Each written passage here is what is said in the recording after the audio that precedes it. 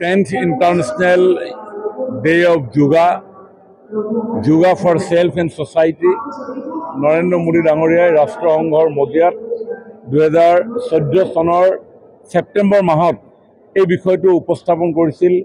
সমগ্ৰ মানৱ সমাজে যাতে যোগাভ্যাসৰ জৰিয়তে এটা সুস্থ মন আৰু এটা শক্তিশালী শৰীৰৰ অধিকাৰী হ'ব পাৰে, তাৰ বাবে সমগ্ৰ বিশ্বক যোগক ইণ্টাৰনেশ্যনেলি চেলিব্ৰেট কৰিবৰ কাৰণে আহ্বান জনাইছিল। ৰাষ্ট্ৰসংঘয়ো মাত্ৰ 3 মাহৰ ভিতৰত মোদী ডাঙৰীয়াৰ এই প্ৰস্তাৱক সমৰ্থন জনাই সিদ্ধান্ত গ্ৰহণ কৰে ডিচেম্বৰ মাহত, আৰু 2015 চনৰ 21 জুন তাৰিখৰ পৰা এই দিনটো ইণ্টাৰনেশ্যনেলি যোগা ডে হিচাপে পালন কৰা হৈছে। আজি আমি ডিব্ৰুগড়ত এই দিৱস আমি উদযাপন কৰিছোঁ।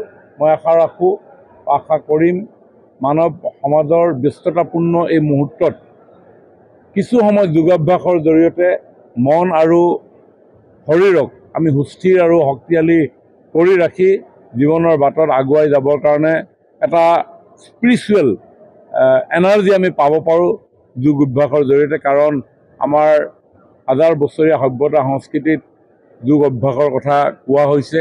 ঋষি মুনিসকলে এই যোগ অভ্যাসৰ জৰিয়তে দীৰ্ঘ জীৱন প্ৰাপ্তিৰ পৰা আৰম্ভ কৰি দিব্য জ্ঞানো গৌতম বুদ্ধই লাভ কৰিবলৈ সক্ষম হৈছিল।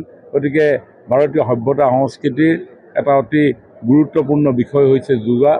এই যোগাৰ বহুত প্ৰকাৰ আছে, যিবিলাক প্ৰকাৰ মই ভাবোঁ সকলোৱে জনা উচিত।